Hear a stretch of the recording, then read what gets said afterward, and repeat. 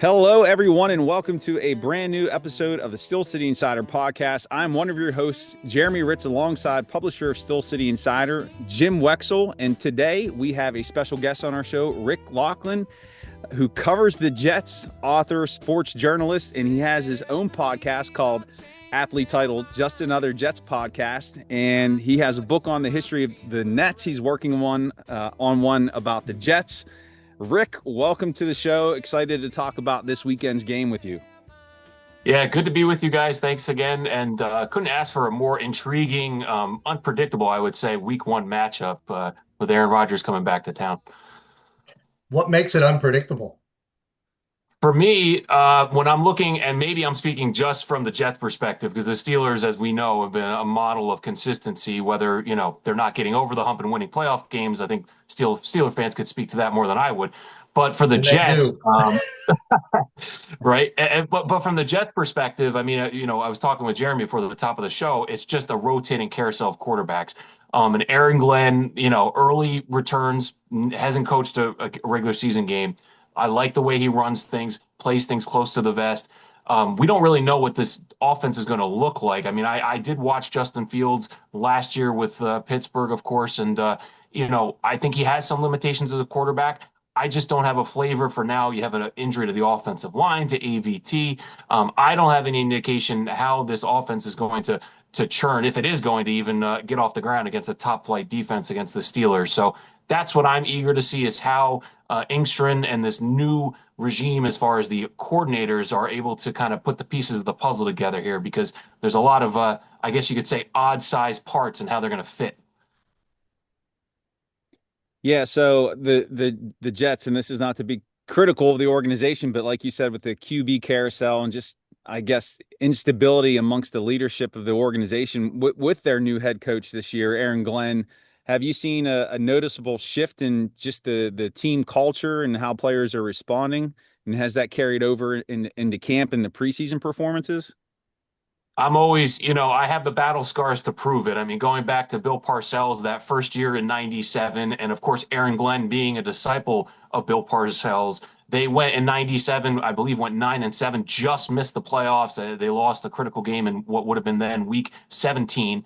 And I see a lot of similarities, but I have been snake bitten before by first year head coaches, whether it's going back, of course, to Herm Edwards, Todd Bowles, the team knocking on the doorstep of a playoff berth, unable to do so. So yes, have they changed the culture? Have they washed some of the ugly stench away from some of the lack of accountability that we saw last year? Absolutely.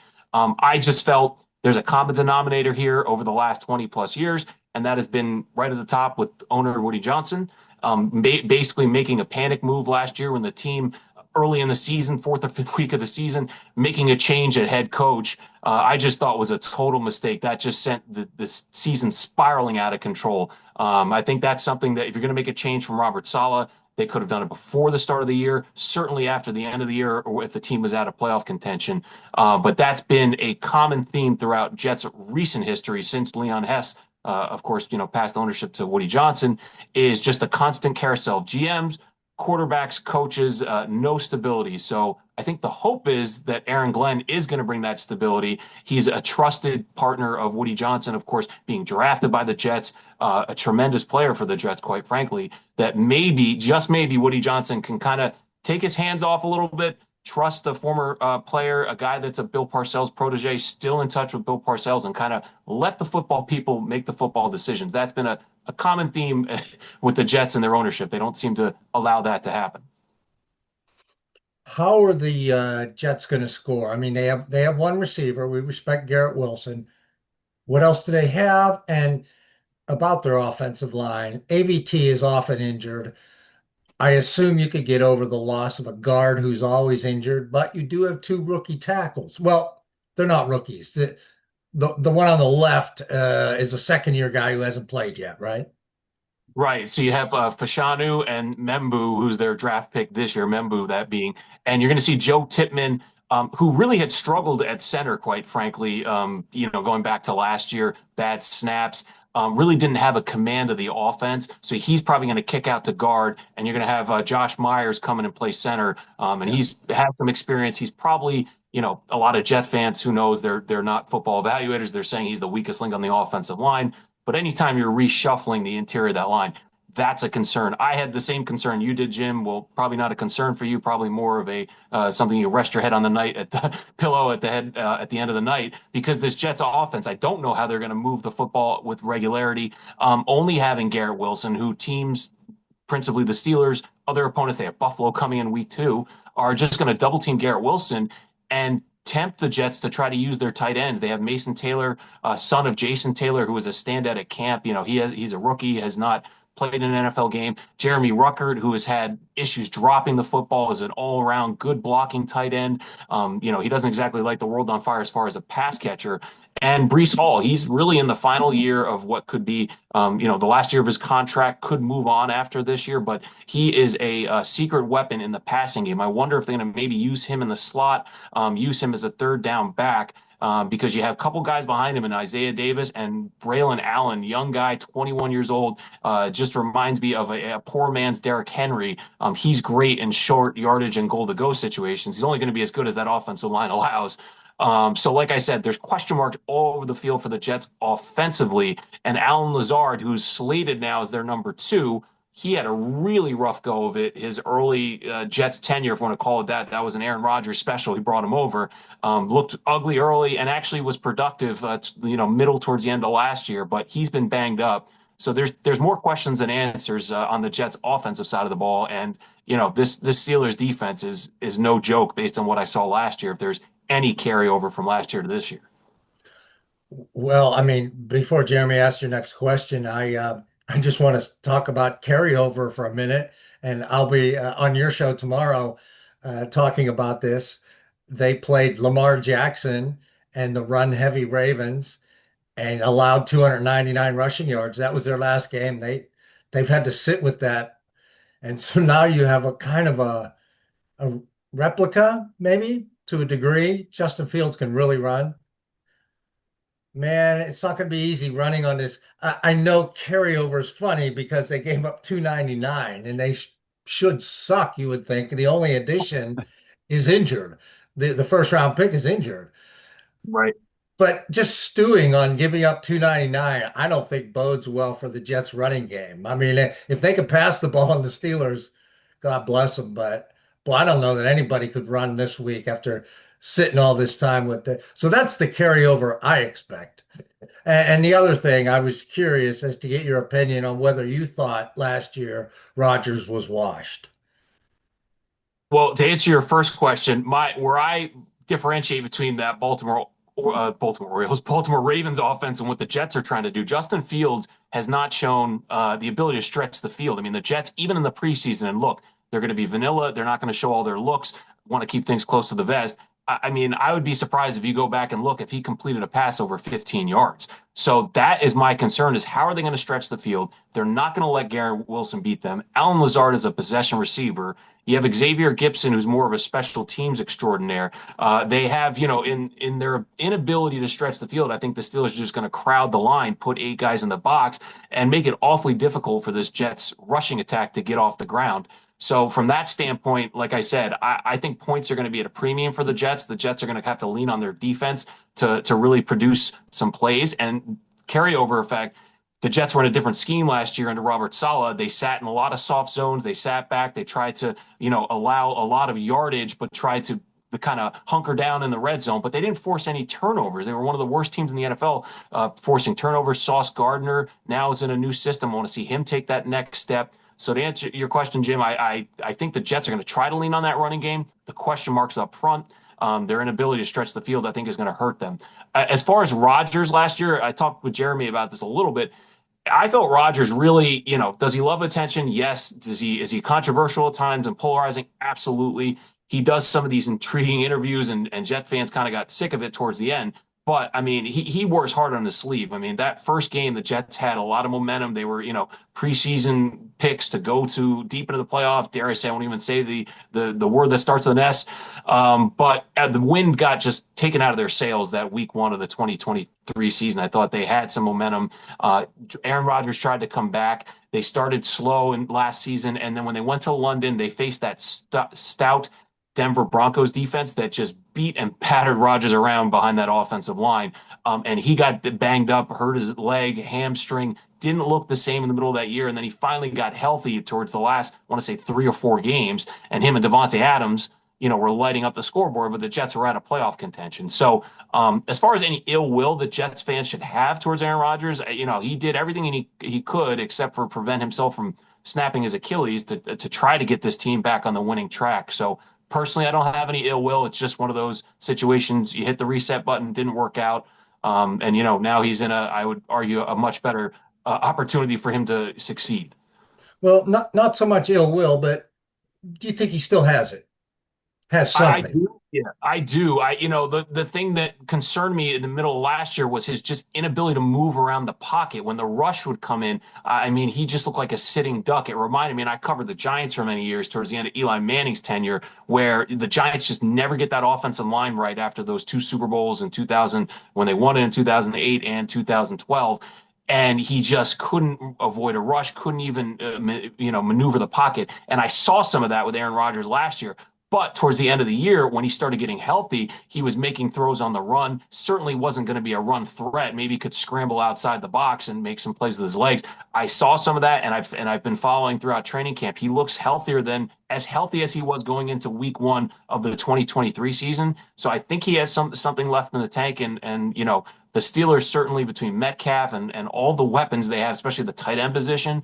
I think he can be more than a game manager and more than capable of leading the team to the playoffs. But I don't know. Again, in Steeler country, I don't know if that's good enough just to get to the playoffs. So for Jets fans with the 15-year playoff drought, I would have gladly taken that last year. Yeah, if you talk to Steelers Well Nation put. out here, and if it's a one and done, there's going to be an uproar. The playoff win has been missing for quite some time. But Rick, I wanted to ask you about Justin Fields. You said that you haven't seen him try to stretch the field too much, but what about his legs? Have you seen a lot of that in the preseason or even in a camp? Yeah, when I've gone to a couple training camp practices, of course, been following the team, and he's sneaky fast, sneaky elusive. I mean, it looks so effortless when he's running and he's hitting top speed. He's making guys miss. So he's such a smooth and easy runner that, again, if the Jets front five does their job up front, that I have no doubt that he can be successful. I don't have a handle on what Ingstrom and this offensive game plan is going to be. If they're going to go with a lot of QB run options, if they're going to give him short and quick throws. I'm of the believer that the Jets kind of have to get this misnomer about the fact that team can't stretch the field vertically. I think they're going to have to take some shots in this game to loosen up that Steelers defense. I know it's very stout in that secondary, especially, but at the same time, they're just going to crowd the box and make things awfully difficult. I don't care how talented a runner you are. I mean, Lamar Jackson, to me, I won't even mention Justin Fields in the same sentence as Lamar Jackson. To me, he's otherworldly. But unless you're Lamar Jackson that can make 3, 4, or 5 guys miss, I wouldn't rely on the Jets having a tremendous amount of success running the football if they can't at least have the temptation or at least the threat that they're going to throw the ball downfield. So to me, that's one of the keys that I want to see so far.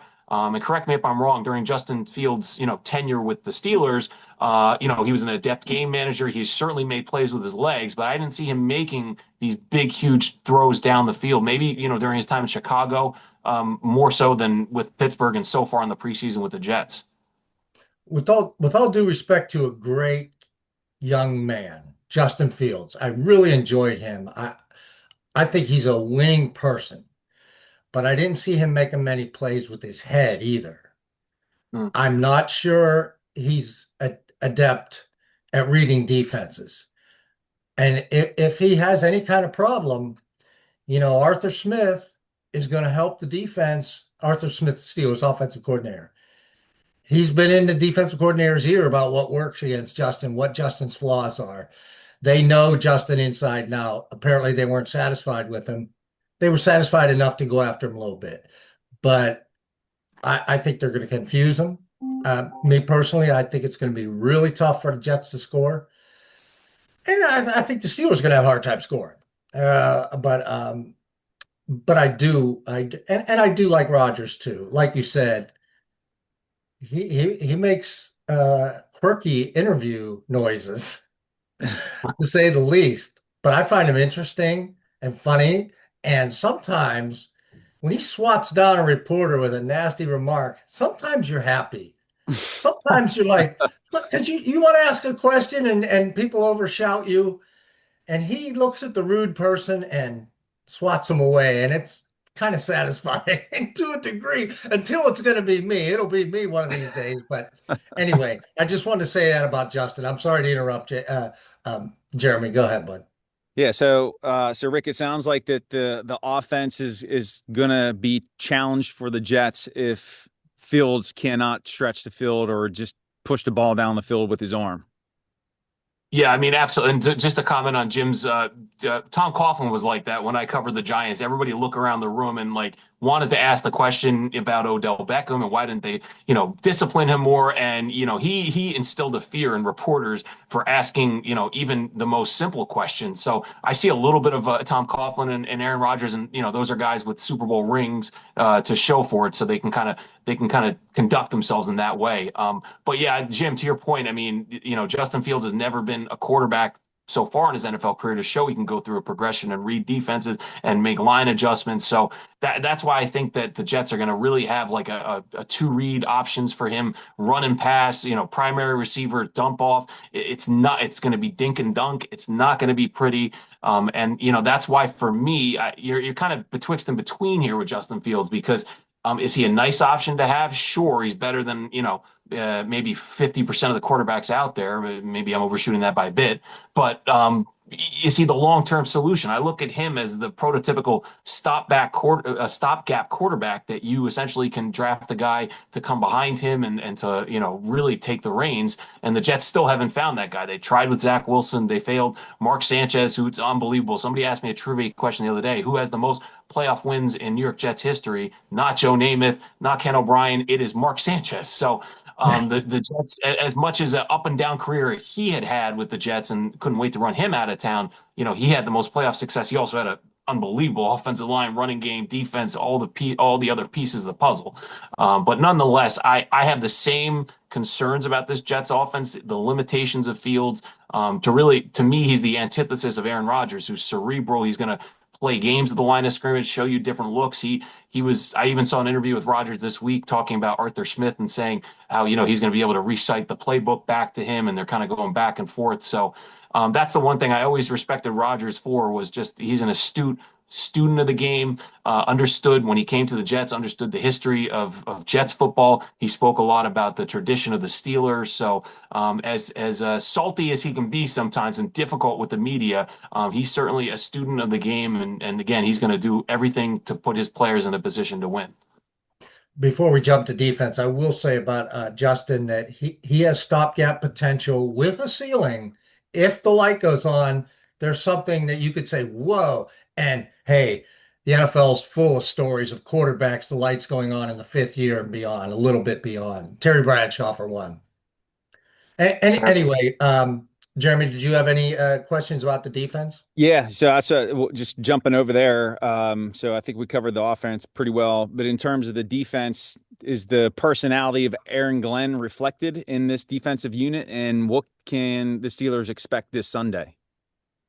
And so when we talk about carryover effect from last year, the Jets' biggest issue last year defensively, it wasn't the secondary. You had a lockdown cornerback in Sauce Gardner. You had DJ Reed, who was on the other side last year. You replaced Reed with Brandon Stevens now. They signed him to what I thought was kind of a pretty lucrative and maybe overvalued contract from the Baltimore Ravens. He's a guy in 4 years in Baltimore only had 2 interceptions. So he's not this major playmaker. Is he a solid number two? Sure. The Jets have what I would argue, and put bias aside, one of the best nickelbacks in the game in Michael Carter.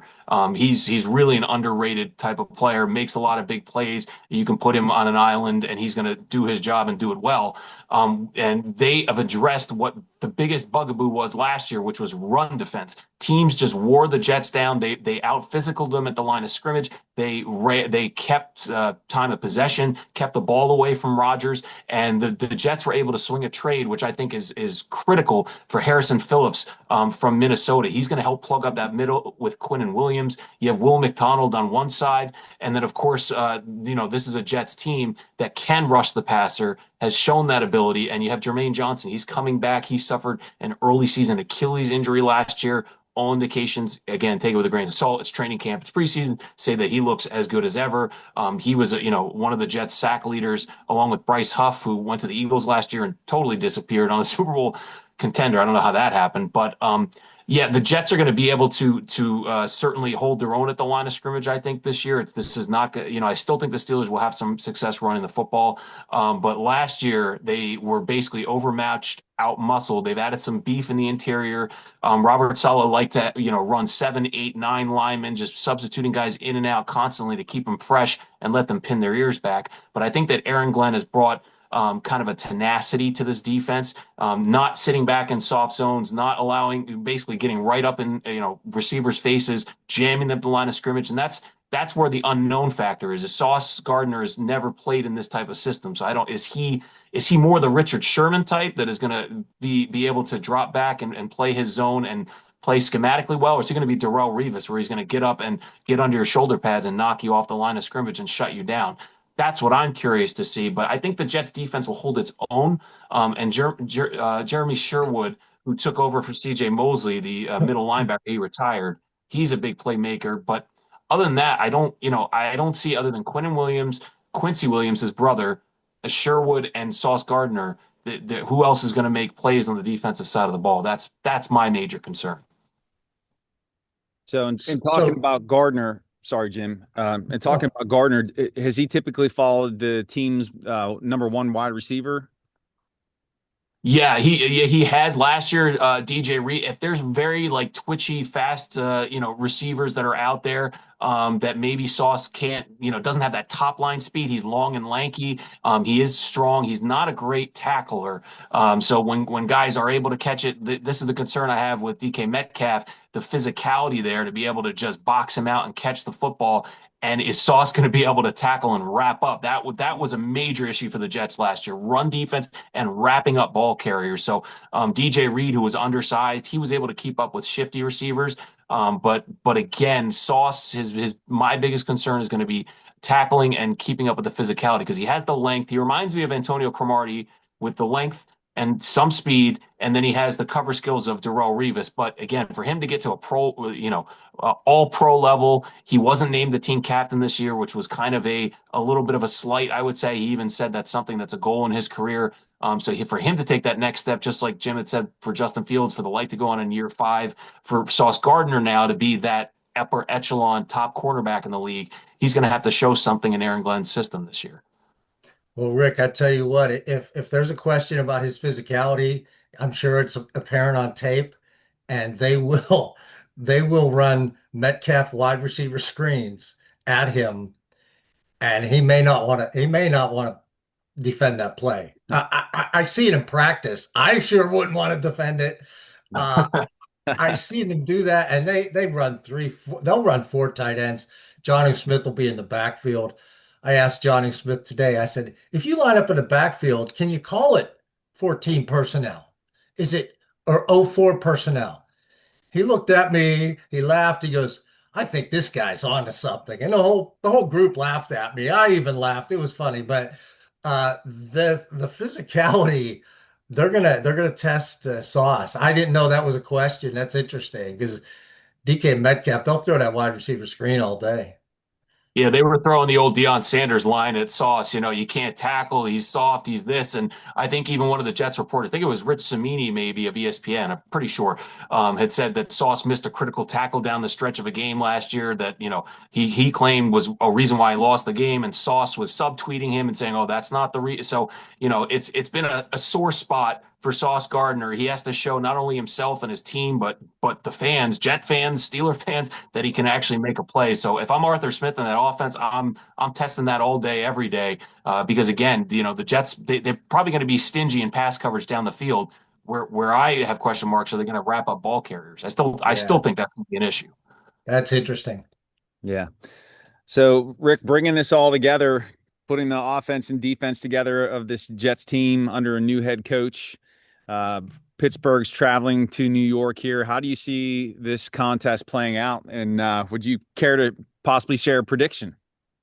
Yeah, I know I joked with you guys for the top. I don't have a good handle on it. It's, my gut tells me what Jim is kind of saying as well. I just don't see how this Jets offense is going to produce points. They just brought back what is 41-year-old field goal kicker Nick Folk, who's just been a mainstay with the Jets. I know he had a time with the Patriots, etc. I'll put my full faith in him to make some 50-plus yarders. I think those are definitely in the offing for sure. As far as the Jets getting in the end zone, unless there's a turnover, I think that's deep in Pittsburgh's territory. Let's say I don't see them getting in the end zone. I could see this being basically a slugfest in the first half. Points at a premium. Probably both teams maybe even struggle to score a touchdown, but I could see this ending up like a 17-6, 17-9 final in favor of Pittsburgh.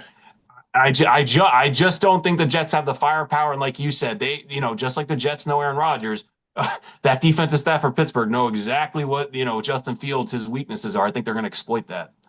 You know what's funny? At 17-9 was it's the score thrown around by the guys on the message board, 17-9, and that's what I'm gonna predict in my column. And I was gonna put it this way: 41-year-old quarterback 17, 41-year-old kicker 9. That's really true, right? Yeah, that sounds like a Steelers game. It's always low scoring. It's always a slugfest. So, Uh, uh, Jeremy, let me get in a few notes about the sure. Steelers.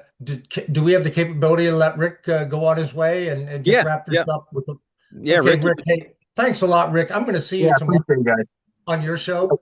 I'll send you the Cam link for tomorrow. Hayward didn't practice today, and I'm a little surprised. They called it a vet's day off. I'm Okay. surprised there wasn't more panic in town, but I absolutely think he's going to play. I really think it's a soap opera that I think Steelers fans love soap opera. They complain about the Steelers being a drama thing. I think the fans just absorb that. There's so many other things to talk and write about. I just think Rodgers is so interesting right now, and I think he looks so good and he feels good.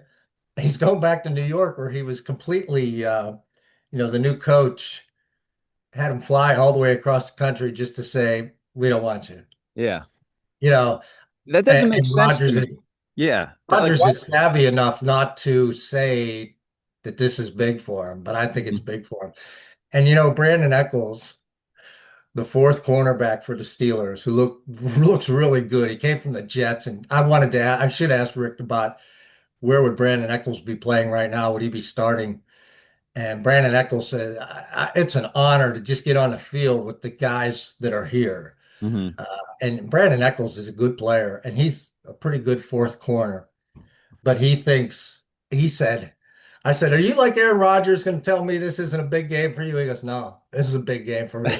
I mean, it's definitely an interesting narrative, and you're right. The fact that, and I forgot about that till today, that they flew him out there to basically say they didn't need his services, on top of everything else that transpired there. But then you throw in the Justin Fields component of this, where he was just in town last year with his stint with the team, and now he's the opposing quarterback. It's a great storyline for the first game of the season. It really is. But I see, I'm glad Rick picked kind of the same score I did. I think one of the two scores he picked matched what I'm going to use, 17-9. What I stole from the guys on the message board, they're all using it, 17-9. Yeah. I think it's kind of a joke, but hey, it sounds about right to me. I don't see many points scored either. I think Aaron wants to go off and is really excited, but Hmm. he's not stupid. He's going to just win the game, and he's going to do what it takes to win the game. Right. Whether that takes short stuff and pitching to Johnny. I think we're going to see some interesting stuff out of four tight ends.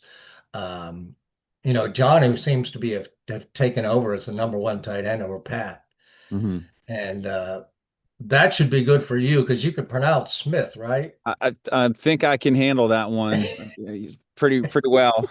So I think the Steelers O-line, it was always a question about Broderick, but he's played well. The O-line, I think Jalen Warren is supremely focused. I think that fumble was good to kick him in the butt again. I think he's really in shape and healthy. He wasn't healthy last year. mhm. And Arthur Smith said that today. What other questions might you have about the Steelers before we wrap it up? Yeah, I mean, I was going to give you the greatest concern that I have coming into this contest, and you kind of hit on them, but I think it goes back to last year. You mentioned that Baltimore game, that playoff game, and the defensive line and being able to stop the run. And the guy they brought in to help with that is injured. So, Yeah, is Isaiah Loudermilk going to get it done, or is it going the to be milkman. the milkman, or is can YA get in there and flash a It, little bit? it's going to So be milk. It's going to be milk first, I yeah, think. so And that's the yeah, concern. And then the other part is too, I think in order for the Rodgers project to succeed, the running game has to work. And I know it's preseason, um, but I just felt I didn't see enough. So I think the questions are still there. Offensive line, defense, the trenches. That's my biggest concern. well, I looked over at Peyton Wilson. He's such a different guy. I don't want to say he was that wide-eyed last year. Hmm. He was just trying to survive last year. Hmm. And now, there's a lot on him and Queen as part of that 299 last year. Yeah. And Deshaun Elliott. Juan Thornhill will come down and bang you too. But they're gonna have 8 guys available. Hmm. I mean, Jalen Ramsey's they're all gonna be fighting to cover Garrett Wilson. Yeah. And Jalen's gonna get it, and he's not gonna want to let it go. Okay. And I don't know if Joey and Slay are gonna be bored the rest of the way. I just don't see another weapon. Hmm. So they could commit fully to the run game. Yeah. And there'll be confusion at the line on Justin Fields. Hmm. I'm going to stick with 17-9. Maybe the Steelers tack one on late and blow it open. But Yeah. So I, I'll say this, Jim, and I think I told you this in the off season that it was one of the first off seasons where I wasn't excited, and then all the Rodgers rumbles, I was like, oh man, I don't want to see this again. I want to see a repeat of Russell Wilson. And then there was this moment where I was like, well, wait a second, this is Aaron Rodgers we're talking about, yeah, and I'm excited to unwrap the Christmas gift and see yeah, what this is yeah. all about. It's going to be a lot of fun. Brady went to the Bucks, and the Bucks felt they were ready, Yeah. and they're adding an old quarterback, and they still got out of the gate slowly, and still were 7-7. Hmm. And I'm reading Tom Moore's book, and Tom Moore was with that team. And he said the addition late in the year of Antonio Brown really helped them, if not on the stat sheet, in secondaries, worried about getting beat over the top by a slot guy. Hmm. So, we're still waiting for that Antonio Brown present in midseason if Roman Wilson can't do it. But they got so many tight ends. Yeah. Darnell Washington is a Rodgers favorite already. And Yeah. I told Connor Hayward today, I said, man, if I can find the over-under on your catches and yardage, I'm going over. And he goes, thanks, man. Because he's been taking a beating I over know. this. Yeah. Yeah. Unnecessarily. Me personally, I think he's a playmaker. I think he He's deserves a every gamer. bit of it. Yeah. I think he's got playmaker in him. He's Hmm. a oddly sized guy for a tight end, a half running back. But I'll take over 2 catches and 9 yards. And I said, when you break one, think of me, brother. He said, thank. He appreciated it. I told him, I believe in you, man. Did you tell him to make sure Cam shows up in New No, I York? was trying to, I was looking for a way to sneak in the back door on that story, but he's got his guard up for that one. Yeah. Yeah. Yep. Well, awesome. It's going to be a lot of fun. 1 o'clock Sunday, first Steelers contest. I got to tell you though, tonight, Jeremy, I'm going down to see Skeens. It was supposed to be Skeens versus Otani. And I told my daughter, she's coming in for the weekend. And I said, could you come in? I got an extra ticket for the Skeens. She's a baseball Annie. She's marrying a baseball pitcher, a closer for Ohio U. Yeah. She knows it. She loves baseball. And And then she said, I can't get any time off. I'll be coming in later. And I said, and then I said, it's going to be Skeens versus Ohtani. She goes, I'm coming. I'll be there. I don't know if she knows yet that Ohtani's been scratched. And somebody said to me, hey, Blake Snell's not a bad matchup. I said, who's Blake Snell? They go, 2 Cy Youngs don't mean anything to you? I said, oh, my daughter will know more than I do about who's playing baseball. I mean, I just know about the game. I love baseball. But anyway, sorry to talk baseball before the Steeler opener. I think we've previewed this game now for how many months? 8 months? Yep. Yes. Yep. It's time. It's time. It's time. It's time. All right, man. I gotta go to a baseball game. All right. Well, you be safe and have fun and enjoy the time with your daughter. All right, brother. Take care. All right, take care. We'll see you.